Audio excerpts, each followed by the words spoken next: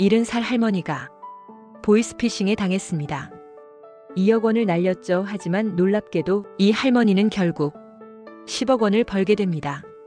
도대체 무슨 일이 있었던 걸까요? 서울 강남구의 작은 골목길. 이곳에서 30년째 분식집을 운영하고 계신 김순자 할머니의 이야기입니다. 올해 70살이 된 순자 할머니는 평생을 성실하게 살아오셨습니다. 새벽 5시면 일어나 가게 준비를 하시고 밤 10시가 넘어야 문을 닫으셨죠. 할머니의 하루는 언제나 똑같았습니다. 시장에 장을 보러 가고 손님들을 맞이하고 설거지를 하고 또 다음 날을 준비하는 일상의 반복이었습니다. 화려하지는 않았지만 할머니는 그 삶에 만족하셨습니다. 무엇보다 할머니에게는 자랑스러운 것이 하나 있었습니다. 바로 평생 모아온 저축이었죠. 통장에는 62억 원 정도가 모여 있었습니다. 적은 돈은 아니었습니다. 매달 조금씩, 때로는 명절 보너스를, 때로는 월세 수입을 꼬박꼬박 모아온 결과였습니다. 할머니는 이 돈으로 손주들의 학비를 대주고 노후를 편안하게 보낼 계획이셨습니다. 한 푼 한 푼이 모두 땀과 눈물로 모은 소중한 돈이었습니다. 그런데 2025년 9월 15일 화요일 오후 할머니의 평화로운 일상에 균열이 생기기 시작했습니다. 점심 손님들이 모두 떠나고 할머니가 잠시 의자에 앉아 쉬고 계실 때였습니다. 휴대전화가 울렸죠. 여보세요? 할머니가 전화를 받으셨습니다. 전화기 너머로 들려온 목소리는 차갑고 공식적이었습니다. 김순자 고객님이십니까? 저는 금융감독원 특별조사팀의 박민수 조사관입니다. 금융감독원에서 걸려온 전화였습니다. 할머니는 약간 긴장하셨습니다. 금융감독원에서 전화가 오는 일은 흔치 않았으니까요. 네, 맞습니다만 무슨 일이시죠? 전화기 너머 남자의 목소리가 더욱 낮아졌습니다. 고객님, 지금 매우 심각한 상황입니다. 고객님의 계좌가 대규모 보이스피싱 조직의 대포 통장으로 악용되고 있습니다. 할머니의 심장이 철렁 내려앉았습니다. 대포 통장이라니요? 할머니는 평생 법을 어긴 적이 없으셨습니다. 주차 위반 딱지도 받아본 적이 없는 분이셨죠. 저 대포 통장이요? 그게 무슨 말씀이세요? 저는 그런 거 한 적 없는데요. 할머니의 목소리가 떨렸습니다. 그러자 남자는 더욱 긴박하게 말했습니다. 고객님, 진정하십시오. 저희도 고객님이 직접 연루되었다고는 생각하지 않습니다. 하지만 범죄 조직이 고객님의 개인정보를 해킹해서 악용하고 있습니다. 이미 피해 신고가 15건이나 접수되었습니다. 할머니는 숨이 막히는 것 같았습니다. 15건의 피해라니. 할머니는 컴퓨터도 잘 다루지 못하시는데 누가 어떻게 정보를 훔쳐간 걸까요? 그럼 어떻게 해야 하나요? 할머니가 다급하게 물으셨습니다. 남자는 잠시 침묵하더니 조심스럽게 말했습니다. 고객님, 지금 상황이 매우 위급합니다. 검찰에서 이미 고객님 계좌에 대한 압류영장을 신청했습니다. 빠르면 오늘 저녁에도 계좌가 동결될 수 있습니다. 계좌가 동결되면 어떻게 되나요? 모든 돈이 묶이게 됩니다. 수사가 끝날 때까지 한 푼도 건드릴 수 없게 되죠. 수사에는 보통 1년에서 2년이 걸립니다. 할머니는 패닉 상태에 빠지셨습니다. 2년이나 돈을 못 쓴다니. 그럼 가게 운영은 어떻게 하죠? 손주들 학비는요? 저는 정말 아무것도 안 했는데요. 어떡하죠? 제가 뭘 해야 하나요? 할머니의 목소리가 떨렸습니다. 남자는 이제 마치 구원자처럼 부드러운 목소리로 말했습니다. 고객님, 한 가지 방법이 있습니다.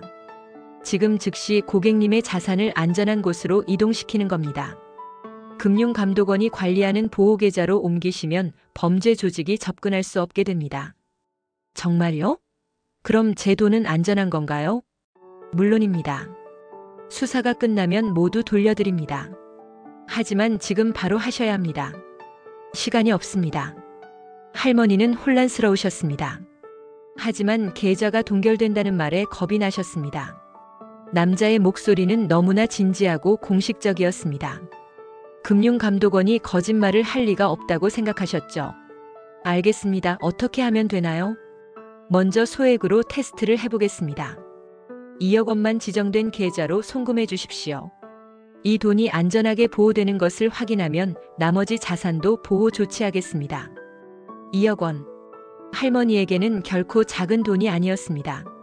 하지만 전체 재산을 잃을 수도 있다는 공포에 할머니는 남자가 알려준 대로 은행 앱을 열었습니다. 계좌번호를 알려드리겠습니다. 꼭 정확하게 입력하셔야 합니다. 남자가 불러주는 계좌번호를 할머니는 떨리는 손으로 입력하셨습니다. 숫자 하나하나가 마치 무게를 가진 것처럼 느껴졌습니다. 송금 버튼을 누르기 직전 할머니는 잠시 망설이셨습니다. 정말 이게 맞는 건가요? 고객님, 지금 망설일 시간이 없습니다. 제가 확인한 바로는 30분 후에 압류 영장이 집행될 예정입니다. 남자의 목소리가 급해졌습니다.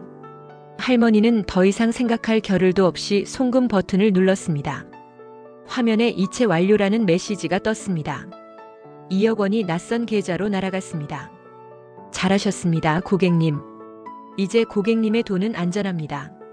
남자의 목소리가 한결 부드러워졌습니다. 할머니는 가슴을 쓸어내리셨습니다. 다행이었습니다. 이제 안전하다니까요. 그런데 고객님, 한 가지 더 말씀드릴 게 있습니다. 네? 뭔가요? 통장에 남아있는 60억 원도 위험합니다. 범죄 조직이 이미 고객님의 모든 금융정보를 해킹했거든요. 할머니의 얼굴이 다시 창백해졌습니다. 남은 돈도 위험하다니요? 하지만 현금으로 인출하면 추적당할 수 있습니다. 범죄 조직이 은행을 감시하고 있으니까요. 그럼 어떻게 하죠?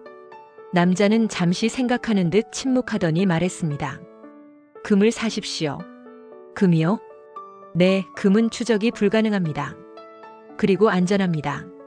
고객님의 자산을 금으로 바꿔놓으면 범죄 조직도 손을 쓸 수 없습니다. 저희가 범인을 잡을 때까지 금으로 보관하시는 겁니다. 할머니는 금을 사본 적이 없으셨습니다. 하지만 남자의 말이 일리 있어 보였습니다. 금은 안전한 자산이니까요. 텔레비전에서도 금 투자를 많이 이야기하더군요. 며칠에 한 번씩 조금씩 사십시오. 한꺼번에 사면 의심받을 수 있습니다. 제가 전화로 지시하겠습니다. 꼭 제 말만 믿고 따라오십시오. 알겠습니다. 전화가 끊어졌습니다. 할머니는 한참 동안 그 자리에 멍하니 앉아 계셨습니다. 방금 무슨 일이 일어난 걸까요? 할머니의 머릿속은 복잡했습니다. 하지만 한 가지는 분명했습니다. 금융감독원 조사관이 자신을 도와주고 있다는 것, 그리고 자신의 돈을 지켜야 한다는 것. 그날 저녁 할머니는 가게 일을 하면서도 계속 휴대전화를 들여다보셨습니다. 혹시 다시 전화가 올까 봐서였죠. 손님들이 이상하게 쳐다봤지만 할머니는 신경 쓸 겨를이 없었습니다. 평생을 성실하게 살아온 할머니. 그 누구보다 정직하고 법을 잘 지키던 할머니가 바로 이렇게 사기꾼의 표적이 되신 겁니다. 할머니는 아직 모르고 계셨습니다. 방금 전화를 건 사람이 금융감독원 직원이 아니라 국제 보이스피싱 조직의 일원이라는 것을요.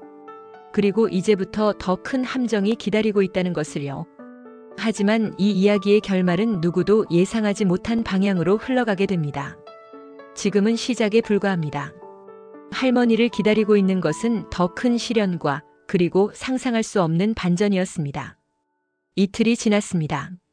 할머니는 그 이후로 계속 불안한 나날을 보내셨습니다. 밤에도 제대로 주무시지 못하셨죠. 혹시 범죄 조직이 자신을 찾아올까봐 두려우셨습니다. 가게 일을 하다가도 문이 열릴 때마다 깜짝깜짝 놀라셨습니다. 그러던 금요일 오전 다시 전화가 왔습니다. 할머니는 불이 나게 전화를 받으셨습니다. 여보세요. 조사관님이신가요? 네, 고객님. 잘 지내셨습니까? 고객님의 돈은 지금 안전하게 보호되고 있습니다. 남자의 목소리를 듣자 할머니는 안심이 되셨습니다. 그래도 이 사람은 자신을 도와주는 사람이니까요. 이제 남은 자산을 금으로 전환하실 차례입니다. 오늘 종로구 귀금속 도매상가로 가십시오. 거기서 5억 원어치의 금괴를 구매하시면 됩니다. 5억 원. 상당히 큰 돈이었습니다. 할머니는 살짝 망설이셨습니다. 그렇게 큰 돈을 한꺼번에 써도 괜찮을까요? 너무 많이 사시면 안 됩니다. 조금씩 나눠서 사셔야 해요. 오늘은 5억 원만 사시고 다음 주에 또 연락드리겠습니다. 알겠습니다. 할머니는 그날 오후 가게 문을 일찍 닫으셨습니다. 그리고 종로 귀금 속 상가로 향하셨죠. 종로는 서울에서도 금은방이 가장 밀집한 곳이었습니다. 골목마다 황금빛 간판들이 반짝였습니다. 할머니는 황금성 귀금속이라는 가게로 들어가셨습니다. 가게 안은 진열장마다 금으로 가득했습니다. 목걸이, 반지, 그리고 금괴들. 모두 눈부시게 빛나고 있었습니다. 어서 오세요. 무엇을 도와드릴까요? 나이 지긋한 사장님이 웃으며 물었습니다. 할머니는 조심스럽게 말씀하셨습니다. 저 금괴를 좀 사고 싶은데요. 얼마어치를 원하십니까? 5억 원어치요. 사장님의 눈이 커졌습니다. 5억 원이면 상당한 금액이었습니다. 하지만 사장님은 금방 미소를 지으며 고개를 끄덕였습니다. 좋은 선택이십니다. 요즘 금값이 계속 오르고 있거든요. 투자 목적이신가요? 네, 뭐 그렇다고 할 수 있죠. 할머니는 애매하게 대답하셨습니다. 사실대로 말할 수는 없었으니까요. 사장님은 금고에서 금괴 여러 개를 꺼내왔습니다. 각 금괴에는 999.9 순금이라는 각인이 찍혀 있었습니다. 이게 지금 그램당 85,000원입니다. 5억 원이면 약 5,870g, 그러니까 190돈 정도 되겠네요. 할머니는 금괴들을 보셨습니다. 생각보다 작았습니다. 하지만 무게감이 느껴졌죠. 이게 정말 자신의 재산을 지켜줄 수 있을까요? 이걸로 주세요. 네, 알겠습니다. 신분증 좀 보여주시겠어요? 금거래는 기록이 남습니다. 할머니는 신분증을 내밀었고 사장님은 장부에 뭔가를 적었습니다. 그리고 금괴들을 조심스럽게 상자에 담아주었습니다. 조심해서 가지고 가세요. 귀한 거니까요. 할머니는 무거운 상자를 들고 집으로 돌아오셨습니다. 집에 도착해서 금괴들을 하나하나 꺼내보셨습니다. 노란빛이 은은하게 빛났습니다. 할머니는 이 금괴들을 방 안 깊숙한 곳에 숨기셨습니다. 하지만 이건 시작에 불과했습니다. 일주일 후 다시 전화가 왔습니다. 고객님, 수사가 잘 진행되고 있습니다. 하지만 아직 안심하기는 이릅니다. 이번 주에 다시 5억 원어치를 구매하십시오. 또요? 네, 고객님. 분산 매수가 중요합니다. 한 가게에서만 사시면 의심받을 수 있으니 이번엔 다른 가게로 가세요. 할머니는 고개를 끄덕이셨습니다. 그리고 또다시 다른 귀금속점을 찾아가 금괴를 사셨습니다. 이번엔 대박 금은방이었습니다. 거기서도 5억 원어치를 사셨죠. 이런 일이 반복되었습니다. 2주에 한 번씩, 때로는 일주일에 한 번씩 전화가 왔습니다. 그리고 할머니는 지시대로 금을 사셨습니다. 한 달이 지나고 2달이 지났습니다. 할머니의 통장 잔고는 점점 줄어들었고 대신 집 안에는 금괴가 쌓여갔습니다. 할머니의 딸 민지는 어머니의 변화를 눈치챘습니다. 어머니가 요즘 들어 자주 외출을 하시고 전화 통화도 많이 하셨거든요. 어느 날 민지가 어머니를 찾아왔습니다. 엄마, 요즘 무슨 일 있어요? 아니, 아무 일도 없어. 할머니는 시치미를 떼셨습니다. 하지만 딸의 눈을 제대로 보지 못하셨죠. 엄마, 제가 보기엔 뭔가 이상해요. 요즘 너무 자주 나가시고 얼굴도 안 좋으시고. 괜찮다니까. 그냥 투자 좀 하고 있어. 투자요? 무슨 투자요? 할머니는 대답하지 않으셨습니다. 딸에게 사실을 말할 수 없었습니다. 말하면 반대할 게 뻔했으니까요. 민지는 걱정스러운 표정으로 어머니를 바라봤지만 더 이상 캐묻지 않았습니다. 그렇게 2달 반이 흘렀습니다. 할머니는 총 12번에 걸쳐 금괴를 사셨습니다. 금액으로 따지면 60억 원. 할머니의 평생 저축이 모두 금으로 바뀐 겁니다. 집 안 곳곳에 금괴가 숨겨져 있었습니다. 침대 밑, 옷장 깊숙한 곳, 부엌 찬장 뒤, 화장실 천장. 할머니는 밤마다 이 금괴들을 확인하셨습니다. 손으로 만져보기도 하시고 개수를 세어보기도 하셨죠. 하지만 이상한 일이었습니다. 조사관이라는 사람은 계속 금을 사라고만 했지 범인을 잡았다는 소식은 들려주지 않았습니다. 할머니는 가끔씩 의문이 들었습니다. 대체 수사는 언제 끝나는 걸까요? 조사관님, 수사는 잘 되고 있나요? 할머니가 어느 날 조심스럽게 물으셨습니다. 남자는 자신감 있는 목소리로 대답했습니다. 물론입니다. 이제 거의 다 왔습니다. 조금만 더 기다려 주십시오. 곧 범인들을 모두 검거할 수 있을 겁니다. 그럼 제 돈은 언제 돌려받을 수 있나요? 범인을 잡으면 바로 돌려드리겠습니다. 금도 모두 현금으로 환전해 드릴 테니 걱정하지 마십시오. 할머니는 고개를 끄덕이셨습니다. 그래도 조사관님이 잘 해주시니 다행이라고 생각하셨죠. 할머니는 아직 모르고 계셨습니다. 자신이 국제 사기단의 희생양이 되어가고 있다는 것을요. 하지만 세상에 영원한 비밀은 없는 법입니다. 그리고 할머니에게도 곧 진실을 깨닫게 될 순간이 다가오고 있었습니다. 그 순간은 생각보다 빨리 그리고 충격적으로 다가왔습니다. 2025년 10월 20일 월요일 저녁이었습니다. 할머니는 딸 민지의 집에서 저녁을 먹고 계셨습니다. 텔레비전에서는 저녁 뉴스가 나오고 있었죠. 오늘 서울 강남경찰서는 대규모 보이스피싱 조직을 검거했다고 밝혔습니다. 이들은 금융감독원 직원을 사칭해 노인들을 속여 금을 사게 한 뒤 할머니의 손이 멈췄습니다. 뉴스 앵커의 목소리가 마치 자신을 향해 말하는 것 같았습니다. 화면에는 경찰에 체포된 사기범들이 나오고 있었습니다. 피해자들은 대부분 60대 이상의 고령자들이며 평균 피해액은 30억 원에 달합니다. 경찰은 국민 여러분께 각별한 주의를 당부했습니다. 할머니의 얼굴이 창백해졌습니다. 갑자기 숨쉬기가 힘들어지셨습니다. 민지가 어머니의 이상한 모습을 눈치채고 다가왔습니다. 엄마, 왜 그러세요? 어디 아프세요? 할머니는 대답하지 못하셨습니다. 머릿속이 하얗게 변했습니다. 뉴스에서 나온 수법이 너무나 익숙했습니다. 금융감독원 직원을 사칭하고 계좌 동결을 운운하고 금을 사라고 지시하는 것. 이건 바로 자신이 당한 것과 똑같았습니다. 엄마, 정신 차리세요. 민지가 어머니를 흔들었습니다. 할머니는 그제야 정신을 차리셨습니다. 그리고 눈물이 주르륵 흘러내렸습니다. 나도 당한 것 같아. 네? 뭘 당했다는 거예요?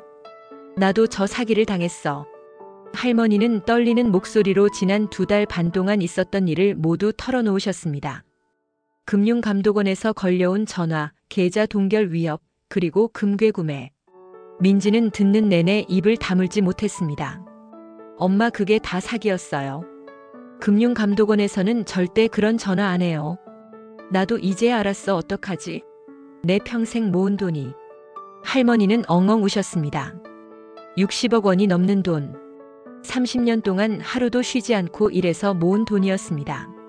민지도 어머니를 안고 함께 울었습니다. 엄마, 울지 마세요. 지금이라도 경찰에 신고해야 해요. 어쩌면 돈을 찾을 수도 있어요. 하지만 할머니는 고개를 저으셨습니다. 소용없어. 벌써 2달이 넘게 지났는데 그 사람들이 어디 있는지도 모르는데. 그래도 해봐야죠. 가만히 있으면 정말 다 잃는 거예요. 민지는 어머니를 설득했습니다. 그날 밤 민지는 어머니와 함께 강남경찰서로 갔습니다. 밤늦은 시간이었지만 경찰은 친절하게 맞아주었습니다. 어서 오십시오. 무슨 일이신가요? 중년의 형사가 물었습니다. 할머니는 주저하시다가 천천히 이야기를 꺼내셨습니다. 처음에는 말씀하시기가 너무 부끄러우셨습니다. 70살이 넘도록 살면서 사기를 당했다니. 경찰이 자신을 바보 같다고 생각할까봐 두려우셨죠. 하지만 형사 이준석은 판단하지 않았습니다. 오히려 진지하게 들어주었습니다. 할머니, 괜찮습니다. 천천히 말씀해 주세요. 할머니 잘못이 아닙니다. 요즘 이런 사기가 정말 교묘해요. 이준석의 따뜻한 말에 할머니는 용기를 내셨습니다. 그리고 모든 것을 자세히 설명하셨습니다. 첫 전화를 받았던 날 2억 원을 송금한 일, 그리고 그 후 계속해서 금을 샀던 이야기들. 이준석은 메모를 하면서 고개를 끄덕였습니다. 혹시 그 사람과 통화한 전화번호가 남아 있습니까? 네, 여기 있습니다. 할머니는 휴대전화를 꺼내셨습니다. 통화 기록에는 같은 번호가 12번이나 찍혀 있었습니다. 좋습니다. 이 번호를 추적해 보겠습니다. 그리고 할머니, 혹시 그 금괴들은 아직 가지고 계십니까? 네, 집에 다 있어요. 이준석의 눈이 반짝였습니다. 그럼 아직 희망이 있습니다. 금은 현물이니까요. 만약 사기범이 금을 가져가려고 다시 연락한다면 다시 연락을 한다고요? 네, 이런 사기범들은 보통 마지막에 피해자에게 금을 넘기라고 합니다. 그게 그들의 진짜 목적이거든요. 할머니, 만약 그 사람이 다시 전화하면 즉시 저희에게 연락해 주십시오. 이준석은 할머니에게 명함을 건넸습니다. 할머니는 명함을 꼭 주셨습니다. 작은 희망이 생긴 것 같았습니다. 정말 잡을 수 있을까요? 최선을 다하겠습니다, 할머니. 그리고 한 가지 더 부탁드립니다. 그 사람이 전화하면 평소처럼 행동해 주세요. 아무것도 모르는 척 하시는 겁니다. 제가 그럴 수 있을까요? 할머니는 불안해하셨습니다. 하지만 이준석은 할머니의 손을 잡았습니다. 할 수 있습니다. 할머니의 용기로 다른 사람들도 구할 수 있어요. 이 범죄자들은 할머니 한 분만 속인 게 아닐 겁니다. 그 말에 할머니는 결심이 서셨습니다. 그래요, 다른 사람들이 또 당하면 안 되잖아요. 할머니는 고개를 끄덕이셨습니다. 알겠습니다. 제가 해보겠습니다. 집으로 돌아오는 길 할머니는 창밖을 바라보셨습니다. 서울의 밤거리가 반짝이고 있었습니다. 할머니의 마음속에는 분노와 결심이 공존했습니다. 평생 착하게만 살려고 노력했는데 이렇게 당하다니. 하지만 이대로 포기할 수는 없었습니다. 그날 밤 할머니는 잠을 이루지 못하셨습니다. 금괴가 숨겨진 곳을 하나하나 다시 확인하셨습니다.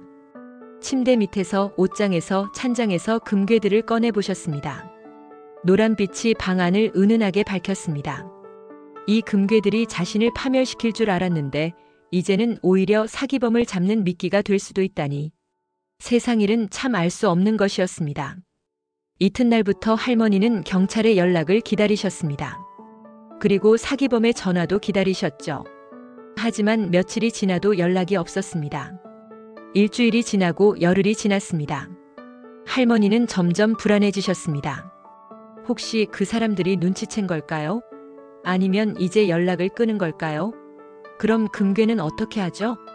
하지만 10월 30일 수요일 드디어 그 전화가 왔습니다. 고객님, 오랜만입니다. 좋은 소식이 있습니다. 익숙한 목소리였습니다. 할머니의 심장이 쿵쾅거리기 시작했습니다. 하지만 할머니는 평소처럼 행동하셨습니다. 아, 조사관님, 어떻게 되었어요? 드디어 범인들을 모두 찾아냈습니다.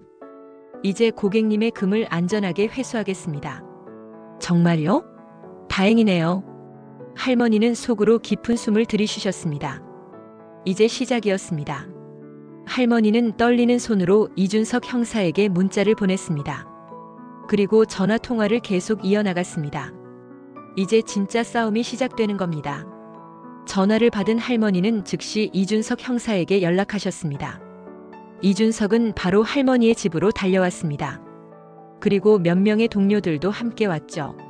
할머니, 잘하셨습니다. 이제 우리가 준비한 대로 하면 됩니다. 이준석이 말했습니다.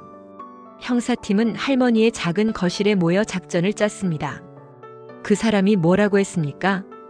금을 가져오라고 했어요. 내일 오후 3시에 한강공원 반포지구로 오라고. 장소도 정했군요. 좋습니다. 우리는 미리 그곳에 잠복하겠습니다. 할머니께서는 평소처럼 금을 가지고 가시면 됩니다. 하지만 젊은 여영사 최수진이 걱정스러운 표정으로 말했습니다. 할머니가 직접 가시는 건 위험하지 않을까요? 상대가 국제 조직이라면. 아니요, 할머니가 직접 가셔야 합니다. 그래야 범인이 의심하지 않아요. 하지만 걱정하지 마세요. 우리가 철통같이 지키고 있을 테니까요. 이준석이 할머니를 안심시켰습니다. 하지만 사실 이준석도 긴장되기는 마찬가지였습니다. 이번 작전이 실패하면 범인은 영영 도망가 버릴 테니까요. 그런데 할머니, 금을 어떻게 가져가라고 했습니까? 큰 가방에 넣어서 가져오래요. 금괴가 보이지 않게. 교묘하군요. 좋습니다. 그대로 하시죠. 그날 밤 할머니는 집 곳곳에 숨겨뒀던 금괴를 모두 꺼내셨습니다. 침대 밑에서, 옷장 깊은 곳에서, 부엌 찬장 뒤에서, 화장실 천장에서 금괴들이 하나둘씩 모였습니다. 총 700개가 넘는 금괴였습니다. 할머니는 금괴들을 천천히 닦으셨습니다. 하나하나 정성스럽게. 이 금괴들은 할머니의 30년이 담긴 것이었습니다. 새벽부터 밤늦게까지 일했던 날들, 아픈 날도 쉬지 않고 가게를 지켰던 날들, 손님 하나 없어도 꿋꿋이 버텼던 날들. 금괴를 닦으면서 할머니는 눈물을 흘리셨습니다. 어쩌다 이렇게 된 걸까요? 평생 정직하게 살았는데 왜 이런 일을 당해야 했을까요? 하지만 이제 울 시간은 없었습니다. 할머니는 눈물을 닦고 금괴들을 큰 여행용 가방에 넣기 시작하셨습니다. 다음 날 10월 31일 목요일 오후 2시. 할머니는 평소 입던 수수한 옷을 입으셨습니다. 그리고 무거운 가방을 끌고 나서셨죠.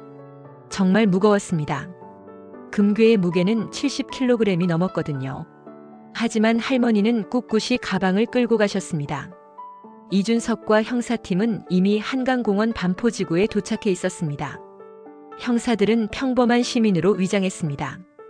어떤 이는 벤치에 앉아 휴대전화를 보고 어떤 이는 운동복을 입고 조깅을 했습니다. 최수진 형사는 강아지를 산책시키는 주부로 변장했죠. 모두 제자리에 있습니까? 이준석이 무전기에 대고 작게 물었습니다. 1번 위치 확인, 2번 위치 확인, 3번 위치 확인. 모든 팀원이 준비되었습니다. 이제 할머니를 기다릴 차례였습니다. 오후 2시 40분 할머니가 공원에 도착하셨습니다. 무거운 가방을 끌고 천천히 걸으시는 모습이 쓸쓸해 보였습니다. 이준석은 멀리서 할머니를 지켜보며 주먹을 꽉 쥐었습니다. 꼭 성공해야 했습니다. 할머니는 지정된 벤치에 앉으셨습니다. 한강이 눈앞에 펼쳐졌습니다. 강물은 오늘따라 잔잔하게 흐르고 있었죠. 할머니는 가방을 옆에 놓고 주위를 둘러보셨습니다. 시간이 천천히 흘렀습니다. 오후 3시가 되었습니다. 하지만 아무도 나타나지 않았습니다. 할머니의 심장이 빠르게 뛰었습니다. 혹시 안 오는 걸까요? 오후 3시 13분. 한 남자가 공원으로 들어왔습니다. 키가 크고 마스크를 낀 동양인 남자였습니다. 그는 주위를 경계하듯 둘러보더니 할머니가 앉은 벤치 쪽으로 걸어왔습니다. 이준석이 무전기에 대고 속삭였습니다. 용의자 확인. 모두 대기. 남자는 할머니 옆에 앉았습니다. 그리고 작은 목소리로 물었습니다. 김순자 씨입니까? 네, 당신이 조사관님이세요? 할머니의 목소리가 떨렸습니다. 남자는 고개를 끄덕였습니다. 가져오셨습니까? 네, 여기 있어요. 할머니가 가방을 보여주려는 순간 남자가 할머니의 손을 막았습니다. 여기서 보여주지 마세요. 저를 따라오십시오. 남자는 일어나 공원 안쪽으로 걷기 시작했습니다. 할머니는 무거운 가방을 끌고 뒤따라가셨습니다. 형사들도 눈에 띄지 않게 뒤를 따랐습니다. 남자는 공원 구석의 한적한 곳으로 할머니를 데려갔습니다. 그곳은 나무들이 우거져 있어 잘 보이지 않는 장소였습니다. 이제 보여주십시오. 남자가 말했습니다. 할머니는 떨리는 손으로 가방의 지퍼를 열었습니다. 가방 안에서 금괴들이 햇빛에 반짝였습니다. 남자의 눈이 탐욕으로 빛났습니다. 그는 가방을 빼앗으려고 손을 뻗었습니다. 바로 그 순간이었습니다. 꼼짝 마! 경찰이다! 이준석이 소리치며 뛰쳐나왔습니다. 동시에 사방에서 형사들이 나타났습니다. 남자는 깜짝 놀라 도망치려 했지만 이미 늦었습니다. 2명의 형사가 남자를 붙잡았습니다. 나! 남자가 발버둥 쳤지만 소용없었습니다. 형사들이 남자를 바닥에 눕히고 수갑을 채웠습니다. 당신을 사기 및 조직범죄 가담 혐의로 체포합니다. 묵비권을 행사할 수 있으며. 이준석이 미란다 원칙을 읽어주는 동안 할머니는 그 자리에 주저앉으셨습니다. 긴장이 한꺼번에 풀리면서 다리에 힘이 빠진 것이었습니다. 최수진 형사가 달려와 할머니를 부축했습니다. 할머니 괜찮으세요? 정말 잘하셨어요. 할머니는 고개를 끄덕이며 눈물을 흘리셨습니다. 이번에는 슬픔의 눈물이 아니라 안도의 눈물이었습니다. 드디어 끝났습니다. 범인을 잡았습니다. 체포된 남자는 중국 국적의 35세 청년이었습니다. 경찰서로 끌려간 그는 처음에는 발뺌했습니다. 저는 아무것도 모릅니다. 그냥 심부름만 했을 뿐이에요. 하지만 증거는 명백했습니다. 그의 휴대전화에는 조직원들과 주고받은 메시지가 가득했습니다. 그리고 할머니를 포함해 20명이 넘는 피해자들의 정보가 저장되어 있었죠. 당신은 국제 보이스피싱 조직의 일원입니다. 더 이상 거짓말하지 마십시오. 이준석이 단호하게 말했습니다. 결국 남자는 모든 것을 자백했습니다.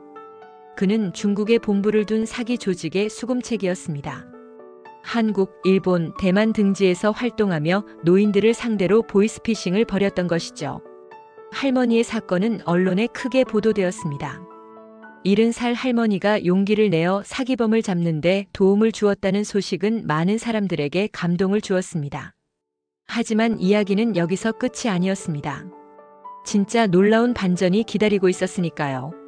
사건이 해결되고 일주일이 지난 11월 7일 목요일 경찰서에서 연락이 왔습니다. 할머니, 금괴를 모두 돌려드리겠습니다. 경찰서로 오시겠습니까? 할머니는 딸 민지와 함께 강남경찰서로 갔습니다. 이준석 형사가 환하게 웃으며 맞아주었습니다. 할머니 덕분에 큰 조직을 소탕할 수 있었습니다. 정말 감사합니다. 아니에요. 제가 바보 같아서 당한 건데. 할머니는 여전히 자책하셨지만 이준석은 고개를 저었습니다. 그런 말씀 마세요. 할머니의 용기 덕분에 다른 피해자들도 구할 수 있었어요. 자, 이게 할머니의 금괴입니다. 이준석이 큰 상자를 가져왔습니다. 상자 안에는 할머니의 금괴들이 가지런히 놓여 있었습니다. 700여 개의 금괴가 노란빛을 발하고 있었죠. 이제 어떻게 하실 겁니까? 다시 현금으로 바꾸실 건가요? 이준석이 물었습니다. 할머니는 금괴들을 바라보며 생각에 잠기셨습니다. 사실 할머니는 이 금괴들을 보면 그 끔찍했던 시간들이 떠올라 괴로우셨습니다. 하루빨리 현금으로 바꾸고 싶었죠. 네, 빨리 팔고 싶어요. 이걸 보면 그때 일이 생각나서. 그럼 오늘 바로 귀금속점에 가시는 게 좋겠습니다. 이준석이 조언했습니다. 할머니와 민지는 금괴를 챙겨 나왔습니다. 그리고 가장 가까운 큰 귀금속점으로 향했습니다. 명동 귀금속 센터라는 서울에서 가장 유명한 곳이었습니다. 할머니가 들어가자 직원이 반갑게 맞아주었습니다. 어서 오세요. 무엇을 도와드릴까요? 저 금을 팔고 싶은데요. 얼마나 되십니까? 700개 정도요. 직원의 눈이 커졌습니다. 700개면 엄청난 양이었습니다. 직원은 할머니를 안쪽 VIP 룸으로 안내했습니다. 그리고 감정사를 불렀죠. 할머니는 조심스럽게 금괴들을 꺼냈습니다. 감정사는 하나하나 정밀하게 검사했습니다. 순도를 확인하고 무게를 재고 진위 여부를 검증했습니다. 모두 정품입니다. 999.9 순금이네요. 감정사가 말했습니다. 그리고 계산기를 두드리기 시작했습니다. 할머니와 민지는 긴장한 채 기다렸습니다. 오늘 금 시세가 그램당 93,000원입니다. 감정사가 말했습니다. 할머니는 깜짝 놀랐습니다. 93,000원이라고요? 할머니가 금을 샀을 때는 평균 그램당 85,000원 정도였는데 지금은 훨씬 올랐던 겁니다. 그럼 총 얼마가 되나요? 할머니가 떨리는 목소리로 물으셨습니다. 감정사는 최종 계산을 마치고 말했습니다. 총 72억 3천만 원입니다. 네? 72억 3천만 원이요? 민지가 놀라 되물었습니다. 할머니가 금을 사는 데 쓴 돈은 60억 원이었습니다. 그런데 팔 때는 72억 3천만 원이라니 12억 3천만 원이나 더 받는 것이었습니다. 네, 맞습니다. 금값이 최근 2달 사이에 많이 올랐거든요. 특히 지난주부터 급등했습니다. 감정사가 웃으며 설명했습니다.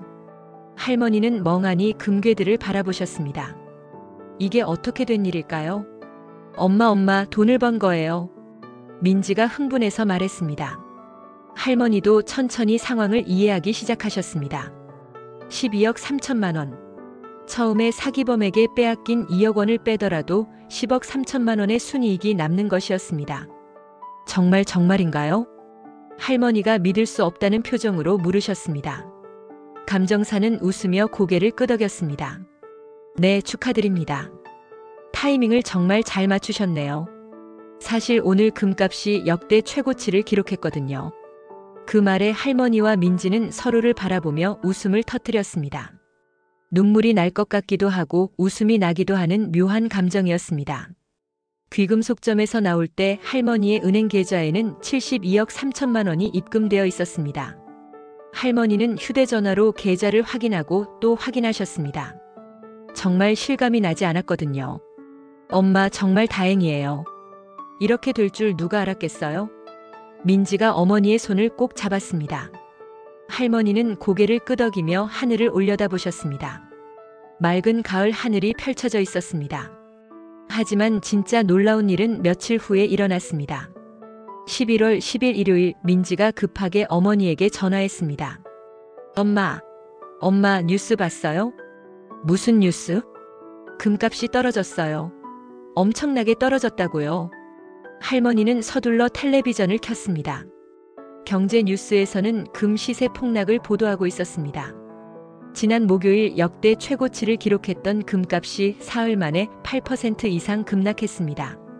전문가들은 미국 연방준비제도의 긴축 정책 강화와 달러 강세가 원인이라고 분석합니다. 할머니는 화면을 멍하니 바라보셨습니다. 8% 하락이라니. 만약 할머니가 사흘만 늦게 금을 팔았다면 10억 원을 벌기는커녕 5억 원 넘는 손해를 봤을 수도 있었습니다. 엄마는 정말 운이 좋으신 거예요. 민지가 감탄하며 말했습니다. 할머니도 믿기지 않았습니다. 보이스피싱을 당해서 금을 샀고 그 금값이 최고점에서 팔렸고 팔자마자 금값이 폭락했다니. 이건 정말 기적 같은 일이었습니다. 그날 저녁 할머니의 이야기는 전국 뉴스에 방송되었습니다. 앵커는 흥미진진하게 사연을 전했습니다. 서울의 70살 할머니가 보이스피싱 사기를 당했지만 놀랍게도 10억 원의 수익을 올렸습니다. 할머니는 사기범의 지시로 금괴를 구매했다가 역대 최고가에 매도하는 행운을 얻었는데요. 뉴스를 본 사람들의 반응은 폭발적이었습니다. 인터넷에는 수많은 댓글이 달렸습니다. 이게 정말 실화인가요? 믿기지 않아요. 할머니 복이 대단하시네요. 전 재산을 날릴 뻔했는데 오히려 돈을 벌다니. 타이밍이 정말 신의 한 수네요. 최고가에서 판 건 진짜 대박. 그래도 보이스피싱은 정말 나쁜 범죄예요. 더 강력하게 처벌해야 합니다. 할머니의 분식집에도 손님들이 몰려왔습니다. 모두 할머니의 이야기를 듣고 싶어 했죠. 할머니는 조금 부끄러워하시면서도 자신의 경험을 나눠주셨습니다. 저는 그냥 운이 좋았을 뿐이에요. 하지만 여러분은 절대 저처럼 당하지 마세요. 금융감독원에서 그런 전화 안 해요. 누가 뭐래도 믿지 마세요. 할머니의 진심 어린 충고에 사람들은 고개를 끄덕였습니다. 일주일 후 이준석 형사가 할머니를 찾아왔습니다. 그는 좋은 소식을 가져왔습니다. 할머니가 처음에 송금한 2억 원도 일부 회수했습니다. 정말요? 네, 중국 공안과 협조해서 사기범들의 계좌를 동결했거든요. 전액은 아니지만 1억 원 정도는 돌려받을 수 있을 것 같습니다. 할머니는 감격해서 눈물을 흘리셨습니다. 1억 원. 처음 빼앗긴 돈의 절반을 돌려받는 것이었죠. 정말 감사합니다, 형사님. 아닙니다. 할머니께서 용기를 내주신 덕분입니다.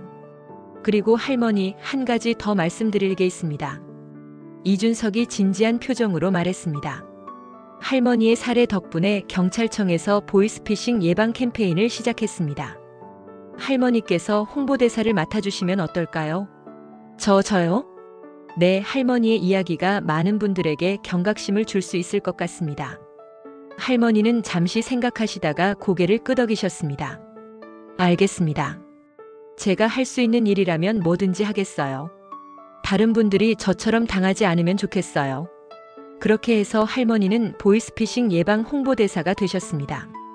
할머니는 여러 곳을 다니며 자신의 경험을 이야기하셨습니다. 학교에도 가시고 경로당에도 가시고 지역 행사에도 참석하셨죠. 저는 운이 좋아서 이렇게 됐지만 여러분은 절대 당하지 마세요. 아무리 그럴듯하게 말해도 금융감독원이나 경찰은 전화로 돈을 보내라고 하지 않아요. 조금이라도 이상하면 꼭 가족이나 경찰에게 먼저 상담하세요. 할머니의 진심 어린 호소에 많은 사람들이 감동했습니다. 그리고 실제로 할머니의 활동 덕분에 여러 건의 보이스피싱이 미연에 방지되기도 했습니다. 시간이 흘러 12월이 되었습니다. 할머니는 받으신 돈으로 분식집을 조금 더 넓게 단장하셨습니다. 그리고 손주들의 학비도 지원해 주셨죠. 무엇보다 할머니는 지역 어르신들을 위한 무료 급식소를 열기로 하셨습니다. 제가 운 좋게 받은 이 돈을 혼자만 쓸 수는 없어요. 어려운 분들과 나누고 싶어요. 할머니의 따뜻한 마음씨에 동네 사람들은 감탄했습니다.